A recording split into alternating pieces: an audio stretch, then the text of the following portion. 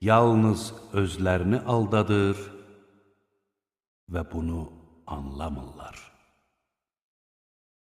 Onların qəlblərində xəstəlik vardır və Allah da onların xəstəliyini artırmışdır. Yalan söylədiklərinə görə də ağrılı-acılı bir əzab çəkəcəklər.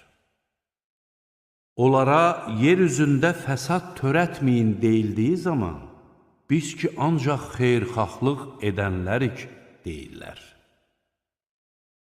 Sözsüz ki, onlar fəsad törədənlərdir. Amma bunu başa düşmürlər.